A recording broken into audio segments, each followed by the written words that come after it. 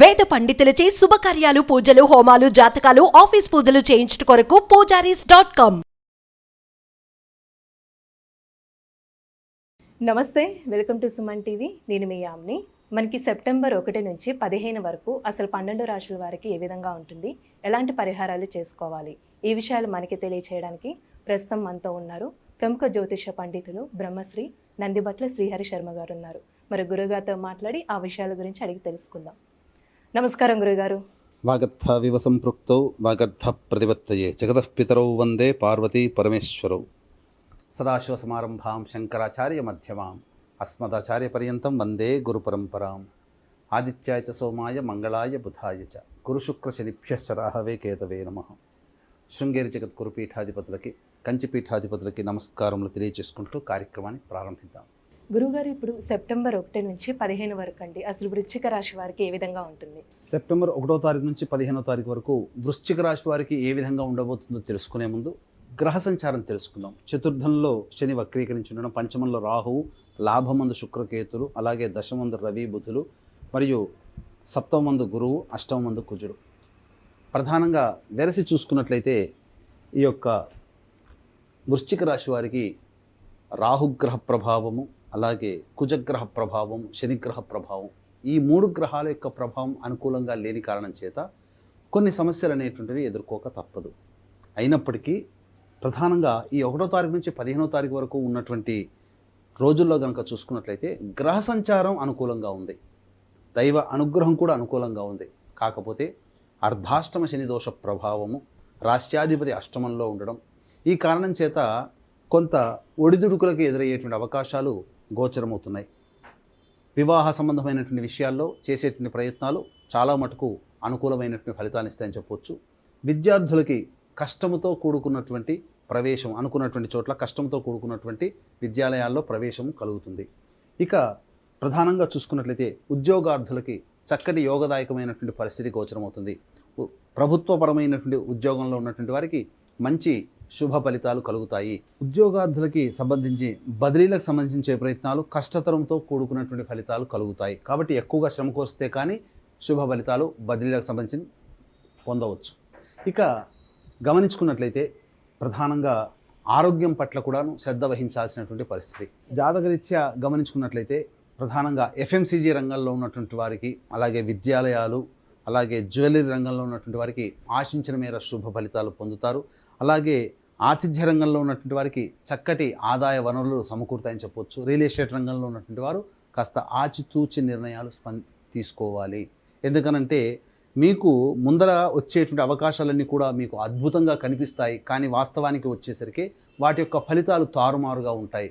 కాబట్టి 1కి 4 సార్లు ఆలోచిస్తే కానీ నూతన ప్రాజెక్టులు మీరు ఓకే చేయడం అనేటువంటిది మీరు ఆలోచన చేసుకోవాలి.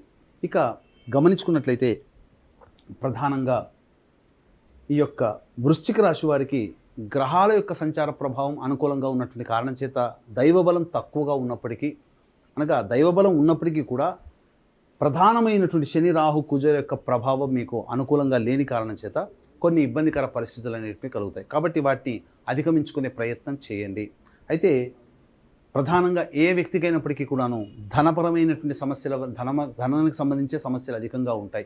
75% సమస్యలు ధనంతోనే వస్తాయి, 75% సమస్యలు ధనంతోనే తీరుతాయి. కాబట్టి ఏ రోజుల్లో ధనాదాయం బాగుంటుంది, ఏ రోజుల్లో ఖర్చులు అధికంగా ఉంటాయనే విషయాన్ని మనం క్లుప్తంగా తెలియజేసుకుందాం. 1వ తారీఖు రోజున గమనించుకున్నట్లయితే ప్రధానంగా మీ యొక్క రాశిని అనుసరించి సంతానంతో విభేదాలు పెరిగేటువంటి అవకాశాలు ఉంటాయి, లేదా సంతాన మూలకంగా ఖర్చులు కానీ సమస్యలు కానీ అధికంగా ఉంటాయి. ఇక ఆరోగ్యం పట్ల శ్రద్ధ వహించాల్సినటువంటి పరిస్థితి. లౌక్యముతో కుటుంబ సభ్యులతో కనుక వ్యవహరిస్తే 1వ తారీఖు రోజున చాలా మటుకు ప్రశాంతతని పొందుతారు. ఖర్చులు కూడా అధికంగా ఉంటాయి. ఇక 2, 3, 4 తారీఖులో ఉన్నట్లయితే ప్రధానంగా ఉద్యోగార్థులకి మంచి అధికారుల యొక్క అనుగ్రహము, అండదండలతో మీరు అనుకున్నటువంటి పనులను సజావుగా పూర్తి చేసుకుంటారు. ఇక అన్నిటికంటే ముఖ్యంగా గమనించాల్సినటువంటి అంశం ఏంటంటే మీరు చేపడుతున్నటువంటి పనులు ఏవైతే ఉంటాయో అవన్నీ కూడాను మీకు కీర్తిని తెచ్చేటువంటి పనులుగానే ఉంటాయి. కాబట్టి మంచి స్థితిగతులు, మంచి మీకు సంబంధించినటువంటి ఎక్స్పోజర్, వర్క్ ఎక్స్పోజర్లో 2, 3 తారీఖు 4 తారీఖుల్లో ఎక్కువగా ఉంటాయని చెప్పవచ్చు. ఇక 5, 6 తారీఖులో కనుక గమనించుకున్నట్లయితే ధనాదాయం బాగుంటుంది. ఏ రంగంలో ఉన్నటువంటి వారికి అయినప్పటికీ కూడాను శుభమైనటువంటి యోగదాయకమైనటువంటి పరిస్థితి. మీకంటూ ఒక ప్రత్యేకమైన రోజులంటే 5, 6 తారీఖులుగా యోగదాయకంగా చెప్పవచ్చు. ఇక 7, 8, 9 తారీఖులో కనుక గమనించుకున్నట్లయితే ప్రధానంగా ఖర్చులు అధికంగా ఉంటాయి. మానసికమైనటువంటి ఆందోళన, అంటే ఒక జిగ్జాగ్ వ్యవస్థ ఉంటుంది ఈ 7, 8, 9 తారీఖుల్లో. ఏ పని యందు లగ్నం లేకపోవడము, ప్రతి పని యందు కూడాను ఆలస్యంగా పూర్తవ్వడము, ఇవన్నీ కూడా మీరు ఒకంత మనస్సు ఆందోళన గురయ్యేటువంటి విషయంగా చెప్పవచ్చు. ఖర్చులు కూడా అధికంగా ఉంటాయి. సరిగ్గా నిద్ర పట్టకపోవడం అనేటువంటిది కూడా ఈ 7, 8, 9 తారీఖులో గోచరమవుతుంది. ఇక 10, 11 తారీఖులో కనుక చూసుకున్నట్లయితే ప్రధానంగా అంతకుముందు వరకు ఇన్కంప్లీట్ వర్క్స్ ఏవైతే ఉన్నాయో అవన్నీ కూడాను కంప్లీట్ చేసుకునే అవకాశాలు గోచరమవుతున్నాయి. ఒక ప్రధానమైనటువంటి బాధ్యత పూర్తి చేసుకుంటారు. ఎన్నాళ్ళ నుంచో మీరు పూర్తి చేయాలనుకునేటువంటి పనికి సంబంధించినటువంటివి వాటికి పనులు మొదలు పెట్టడమో, పనులు పూర్తి చేసుకోవడమో ఈ 10, 11 తారీఖుల్లో మీరు చేసుకోగలుగుతారని చెప్పవచ్చు. ఇక 12, 13 తారీఖుల్లో కనుక గమనించుకున్నట్లయితే ప్రధానంగా మీకు కుటుంబపరముగా ఇబ్బందులు ఎదుర్కొనే అవకాశాలు ఉంటాయి. కుటుంబ సభ్యులతో వాగ్వివాదాలు పెట్టుకోకూడదు. ప్రధానంగా మీ యొక్క ధనము ఖర్చులు అధికంగా ఉంటాయి కాబట్టి ఖర్చుల శాతాన్ని మీరు తగ్గించుకునే ప్రయత్నం చేయండి. ఏ తర్వాత చెప్పొచ్చేది ఏంటంటే 7, 8, 9, 1 తారీఖు ఈ 4 రోజుల్లో మీకు ఖర్చులు అధికంగా ఉంటాయి కాబట్టి జాగ్రత్తలు పాటించండి.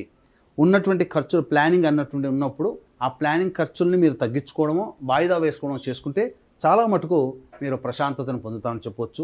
ఏది ఏమైనప్పటికీ కూడాను అన్ని రకాలుగా యోగదాయకంగా ఉన్నప్పటికీ ఈ యొక్క అష్టమ కుజ ప్రభావము ఆరోగ్యం పట్ల శ్రద్ధ వహించాల్సినటువంటి పరిస్థితి. వాహనాన్ని నడిపేటప్పుడు జాగ్రత్తలు పాటించండి. ఆందోళనగా ఉండకండి. ధ్యానం చేసుకునే అలవాటు మీరు ప్రయత్నం చేసుకోండి. తద్వారా చాలా మటుకు సమస్యలు అనేటువంటివి మీకు కలుగుతాయి. సమస్యలు ఆ యొక్క దూరం అవుతాయని చెప్పవచ్చు. ఇక ఏ సమస్యకైనప్పటికీ కూడాను దైవానుగ్రహం అందరికీ తప్పనిసరి.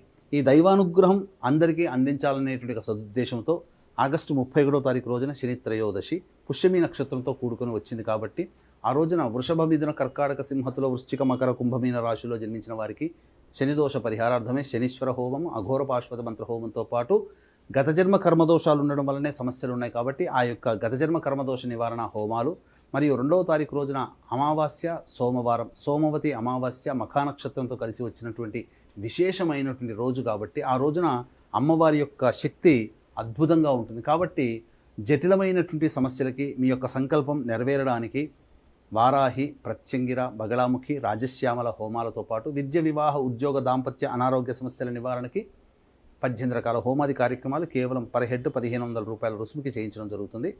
కాబట్టి అవకాశం ఉన్న వాళ్ళు కార్యక్రమ తదనంతరం కాంటాక్ట్ చేసి పూర్తి వివరాలు తెలుసుకోవచ్చు. అలాగే పితృపక్షాలలో సెప్టెంబర్ మాసంలో 25వ తారీఖు, 30వ తారీఖు రోజున తండ్రి వైపు 7 తరాలు, తల్లి వైపు 4 తరాల్లో ఏవైనా దుర్మరణాలు అంటే road accident, fire accident, suicide attempt, నదిలో బావిలో పడి చనిపోవడం, ఇంట్లోంచి వెళ్ళిపోవడం, లివర్ ఫెయిల్, కిడ్నీ ఫెయిల్, క్యాన్సర్తో చనిపోవడం, 60 సంవత్సరాల లోపల ఏ విధంగా చనిపోయినా, పిండ ప్రదానాలు చేయలేకపోయినా, పెళ్లి కాకుండా చనిపోయినా, ఇవన్నీ దుర్మరణాలు.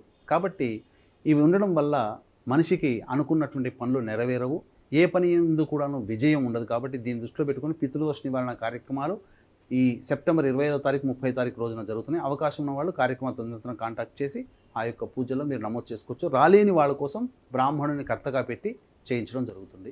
గురువుగారు, ఇప్పుడు వృశ్చిక రాశి వారికి అంటే ఇంకా మెరుగైన ఫలితం రావాలంటే అసలు వీళ్ళు ఎలాంటి పరిహారం చేయాలంటారు?